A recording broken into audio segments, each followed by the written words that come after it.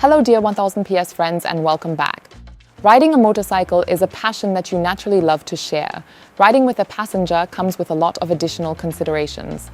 How to plan and prepare your two-person tour. You'll find out if you stay tuned.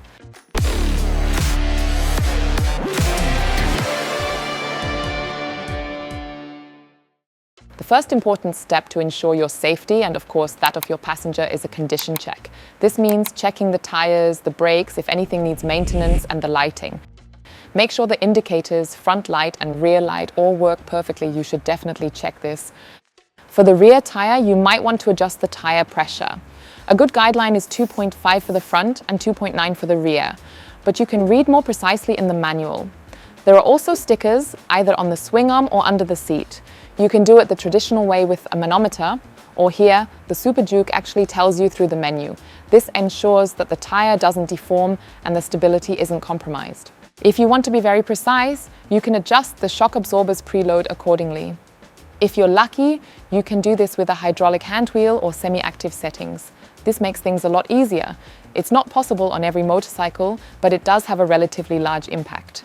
The passenger can change the entire geometry of the vehicle. This means it feels a bit slower and heavier to steer, which you definitely want to avoid. Proper adjustment ensures that you maintain lean angle clearance, vehicle height and control. A commonly forgotten component is the rear brake, especially when riding with a passenger. The rear brake lever proves very practical. It provides more stability and thus a better riding experience. Maybe the passenger will feel more welcome too, especially for U-turns and parking. It's very useful. So keep it in mind and use it. Of course, you can't do without the right protective gear. I know, especially on beautiful, warm, hot summer days like these, many people roll their eyes. But there's no way around it. This includes not just nice, sturdy shoes that ideally go over the ankle, but also pants with protectors and the right jacket. And here's a tip for the ladies. If you have long hair, tie it in a ponytail and tuck it into the back of your jacket. I was drilled in driving school that if you have an accident and your hair gets near the tire, you don't want it to get caught. That doesn't end well. So better to invest the time and tuck it up a bit. And to those who think it's just 10 minutes or 5 minutes, or even if it's half an hour, it's not worth changing clothes, it is worth it because, believe it or not, most accidents happen on the most common routes, the shortest trips. And what's also essential to protect your hands are the right gloves. And ideally, a very good helmet that doesn't wobble or slide, but maybe presses a bit on the cheeks. I know many people value matching their gear to their bike's colors, but I tell you, there are so many different collections. There's something for every style. So if your passenger insists on not changing, tell them no protective gear, no ride. Communication is key. Make sure to discuss things thoroughly before the ride. Will it be curvy? How long will the ride last? So there are no surprises. As a passenger, if you want to stop or need a drink break, signal the rider, maybe by tapping. Hey, let's pull over, I want to discuss something, or take a break. As a rider, you can tap the passenger's thigh if you're about to accelerate, but agree beforehand on what signals mean what to avoid misunderstandings. As a passenger, avoid jerking the rider's shoulders. As you can imagine, this could lead to an accident and seriously distract the rider. You definitely don't want that. If you prefer not to use tapping communication, you can use a Bluetooth communication system, like the Kado system. There are many different systems available. Just find what works best for you and you won't need to rely on tapping. You can discuss everything easily from helmet to helmet during the ride, eliminating the need for tapping. Once you have a passenger, you are responsible not just for your safety. So, leave the urge to impress or look cool at home. Ideally, take 1 or 2 steps towards accommodating your passenger, communicate how comfortable they feel with the speed to ensure a fun experience for both. It might be helpful for you as a rider to imagine it's raining. This automatically reduces your risk-taking and gives you more safety margins. This means you're less aggressive on the throttle, take more time for braking, brake earlier, and take good care of your passenger. Next, we come to the seating position. The passenger must decide before the ride how best to hold on. There are passenger grab handles at the back, the seating position, a strap between the rider and passenger, or holding onto the rider's waist. When braking, the passenger can brace on the tank to avoid forward movement and helmet collisions.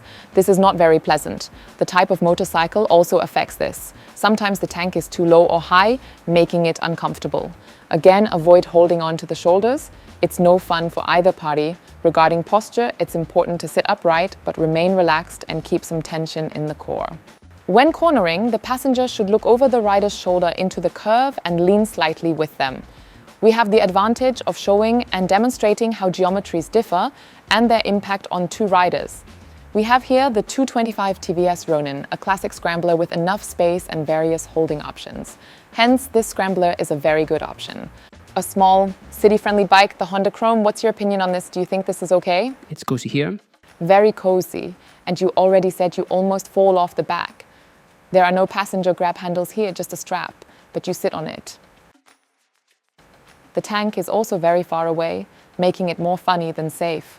We come to a special case. Greetings to Howie, Horvath and my father. They both have such a masterpiece at home. This one is actually Horvath's. It's like a sofa. Really nice. That's true. It's a bit like couch cruising in the literal sense. Thumbs up. Welcome to another scooter. The Bergie, the Suzuki Bergman. You already said you look over me, which might be positive for many, but you said you'd probably get a lot of wind in your face.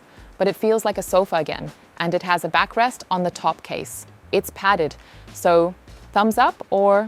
Thumbs up. A very positive example for riding together, the Transalp. You said there are many holding options and plenty of space to sit. The tank is quite high, so no problem leaning forward when braking. Thumbs up from both of us. Another radical example with the Super Duke. You probably think twice about riding two up here, but let's get your opinion. I wouldn't do it. He wouldn't do it. No, there's a bit of space, but it's still a no.